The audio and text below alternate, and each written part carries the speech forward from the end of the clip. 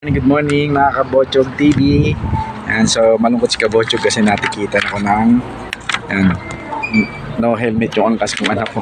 Ihatid ko sa school, napatsyempo sa LTO. So nandito ako ngayon sa LTO para magbayad.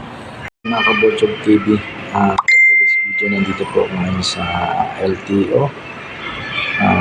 Bali tutubusin ko po yung license ko kasi meron po akong violation.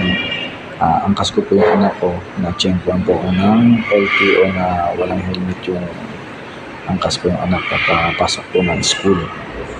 So, ingat-ingat po tayo mga Kabochog TV kasi 1.5 po pala ang violation ng walang helmet yung angkas.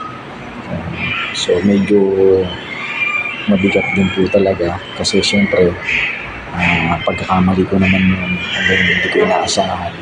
Kaya kailangan always, kahit tayo may helmet, kahit yung angkas natin may helmet, ang sa kanila naman po safety pala, for safety yung ginagawa nila para sa mga angkas natin at para sa ating kaligtasan.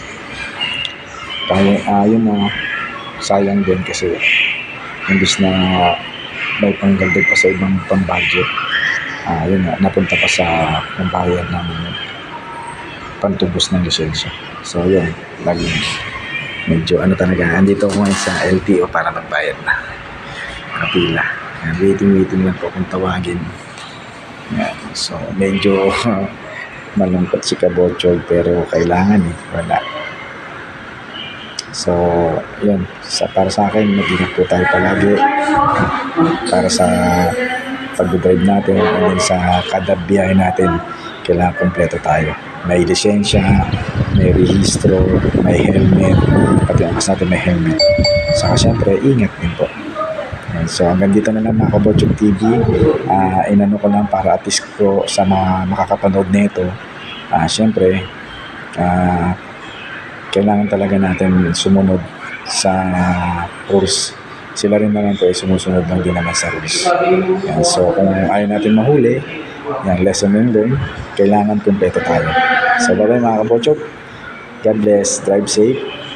Bye. Hey, mga Kabochog, hello. Ayan, natubos ko ng lisensya ko. Ang violation ko, yung angkas ko walang helmet. Bali yung anak ko po.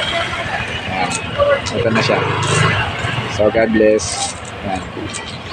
Lesson learned.